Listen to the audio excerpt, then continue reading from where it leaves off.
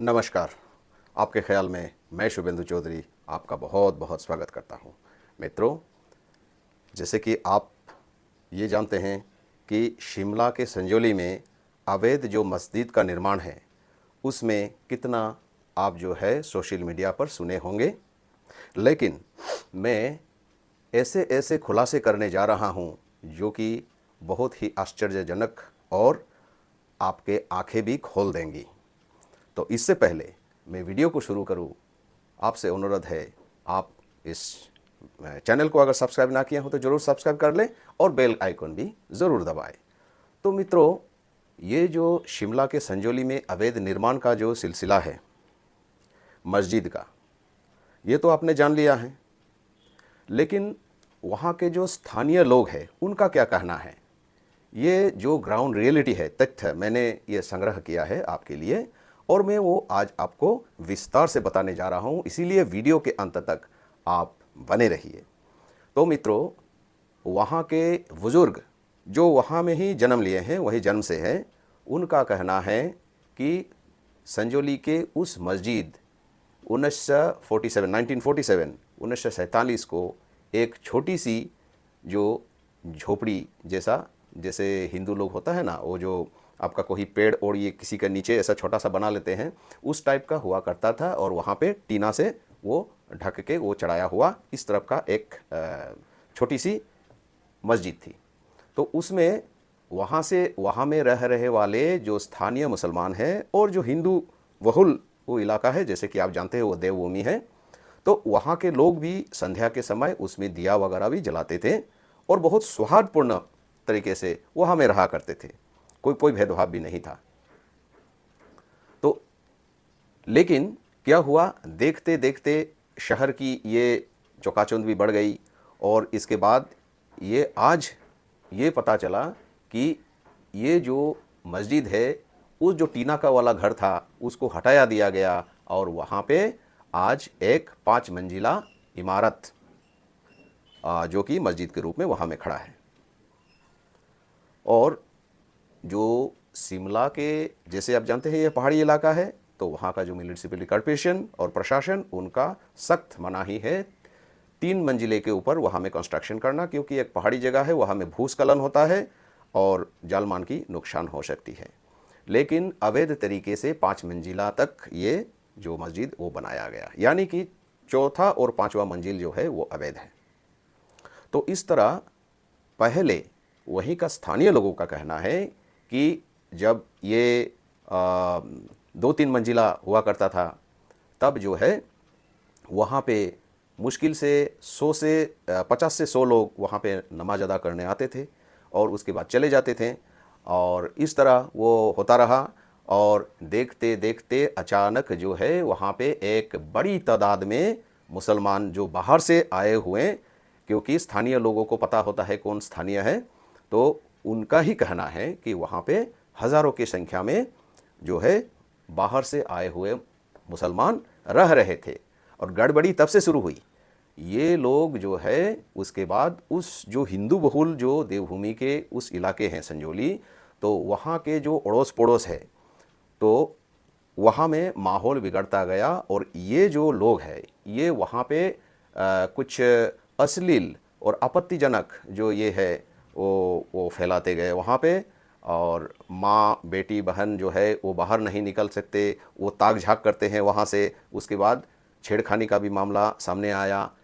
और धीरे धीरे उस जगह जो है उसका जो आपका ये एक बाहर से आए हुए लोगों का जो वहाँ पे जो प्रभाव पड़ा, उससे वहाँ की जो डेमोग्राफी है, इसके साथ साथ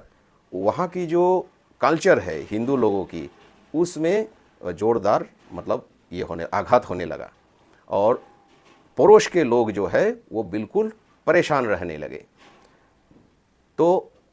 ये भी सामने आया कि उन्हीं का कहना है कि वो बहुत ही आपत्तिजनक जो है वहाँ पे संदिग्ध टाइप का वो देखा गया है कि लोग जो है मुसलमान लोग झुंड में दौड़ दौड़ के आते हैं, दौड़ दौड़ के जाते हैं और कहाँ गायब हो जाते हैं, इस टाइप का। तो इसके बाद उनका ही कहना है कि उनका ये शक हो रहा है कि ये मस्जिद के अंदर कुछ आपत्तिजनक जो है सामान हो सकता है, जो कि अगले दिन जांच के दायरे में आ सकता है। जैसे कि आप जानते हैं, हाल ही में उत्तर प्रदेश के नोएडा के एक मस्जिद में गोला बारूद और अस्त्र शस्त्र पाया गया। तो ये इनकार नहीं किया जा सकता कि वहाँ भी ऐसा हो रहा हो और ये एक बहुत बड़ी साजिश का हिस्सा हो। तो ये तो जांच का विषय रहा। तो आइए अब जानते हैं कि ये जो अब की जो ये अवैध निर्माण की जो स्थिति है वो कैसा है। तो इसमें जो कोर्ट का कहना है, जो डिस्ट्रिक्ट जुडिशियल कोर्ट है शिमला की, उसका कहना है और म्यूनिसिपैलिटी कॉरपोरेशन का कहना है कि ये जो अवैध निर्माण ये 2010 से इसका अगेंस्ट में जो है केस दर्ज है और 2010 से ये केस चल रहा है और साथ साथ नोटिस जो है भेजा गया है इसके खिलाफ, और इसके तहत जो है 44 बार पेशी भी हुई है और लेकिन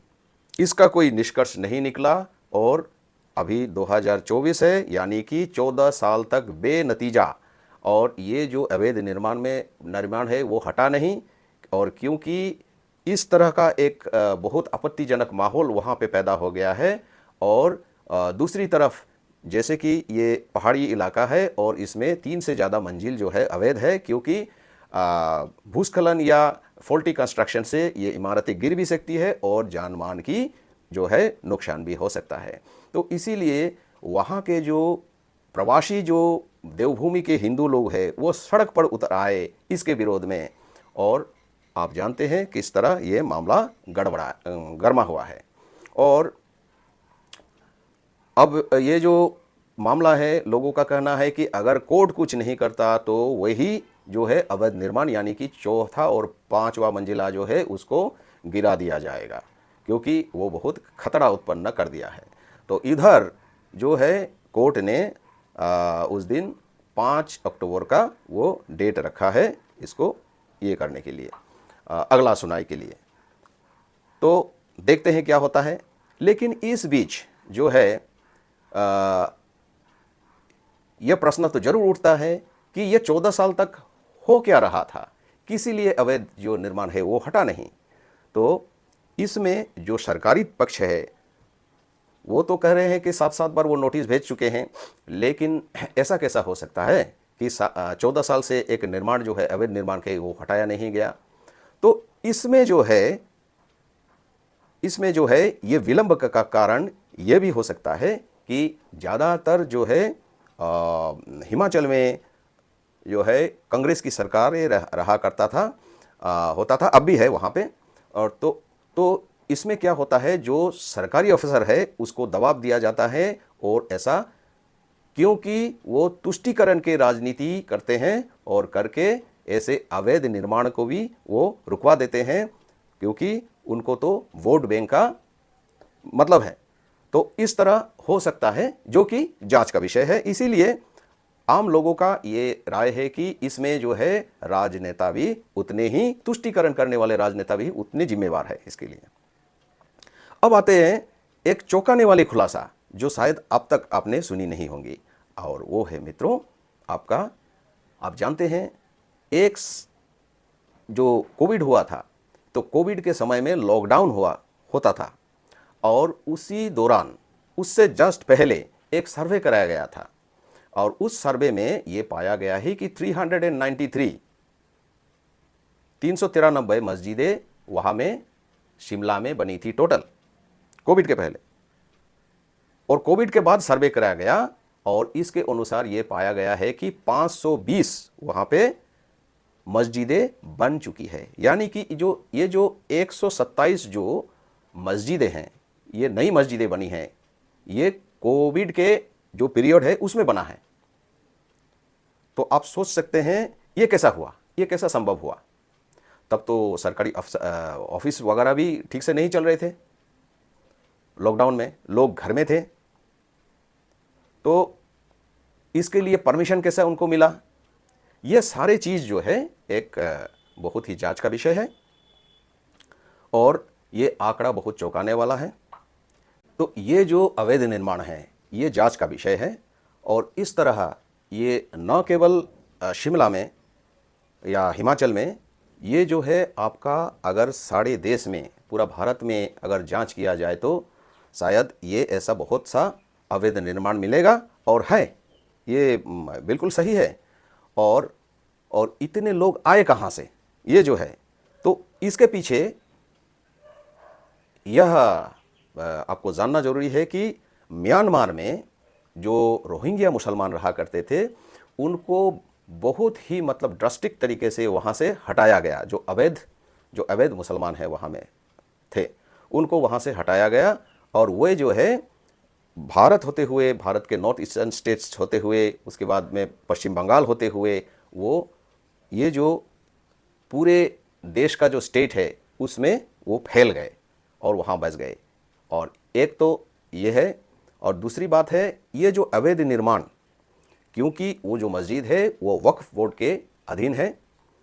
और जैसे कि आप जानते हैं वक्फ बोर्ड में काफ़ी कॉन्ट्रडिक्टरी रूल्स हैं, क्योंकि वहाँ पे ऐसा था कि उसमें आप कोर्ट नहीं जा सकते। वो अगर जिस ज़मीन को या सरकारी का भी हो या किसी गरीब का हो, वो अगर अपने दखल में कर लेते हैं तो वही फैसले करेंगे, वही उनका कोर्ट ही फैसला करेगा। और तो इसीलिए इसमें काफ़ी कॉन्ट्रडिक्टरी रूल्स है और इसको सुधारने के लिए, सही ढंग से इसको लागू करने के लिए, ताकि मुसलमान भी इससे, ज़रूरतमंद मुसलमान भी इससे लाभ उठा सके, तो ये अभी आप जानते हैं पार्लियामेंट में जो JPC है, जॉइंट पार्लियामेंट्री कमेटी, उसके अधीन है, अभी हुआ नहीं है। तो इस तरह ये वक्फ बोर्ड के इस कानून के तहत भी इस तरह बहुत सा अवैध जो है वो कब्जा, अवैध निर्माण हुआ है, जो कि जांच का विषय है। और इस तरह और बहुत ही मतलब बड़ी संख्या में ये जो बाहर से आने वाले जो मुसलमान हैं, रोहिंग्या मुसलमान हैं, बांग्लादेश से आए हुए मुसलमान हैं, ये जो लोग चारों तरफ फैल गए हैं, ये जो हिंदू बहुल जो एरिया है उसमें उसका डेमोग्राफी को बदल लेने का काम कर रहे हैं। और जैसे कि आपको सुनने में आया होगा, असम में भी असम का चीफ मिनिस्टर ने बहुत इसका संज्ञान लिया है और उसका फास्ट ट्रैक कोर्ट में इसका निवारण किया जाता है। इस सिलसिले में वक्फ बोर्ड के रिलेटेड में मैंने एक वीडियो भी बनाया है, आपसे अनुरोध है आप उसमें विस्तार से ये जो है तथ्य है वक्फ बोर्ड का उसमें दिया गया है, तो आप उसको ज़रूर सुने। तो इस तरह ये जो डेमोग्राफी चेंज करने का, उसके बाद में जो आपका अवैध जो निर्माण है वो ये जो सारे देश में अगर जांच किया जाए तो ज़रूर इसका जो है वो निकलेगा, क्योंकि ये एक जांच का विषय है और राज्य सरकारें जो है वो आराम से कर सकते हैं इसका, क्योंकि कोई भी अवैध लोग या अवैध निर्माण वो खतरे से खाली नहीं है। जैसे कि जानते हैं हमारे पड़ोस में चारों ओर युद्ध और गृह युद्ध और इस टाइप का माहौल है, तो हमें भी जो है चौकन्ना रहना है इसके लिए। तो वीडियो को कैसा लगा, आपको अच्छा लगा तो लाइक और कमेंट जरूर कीजिएगा। अंत में आप लाइक और कमेंट और बेल आइकन पुनः दबाएं। मैं विदा लेता हूं आपसे, नमस्कार।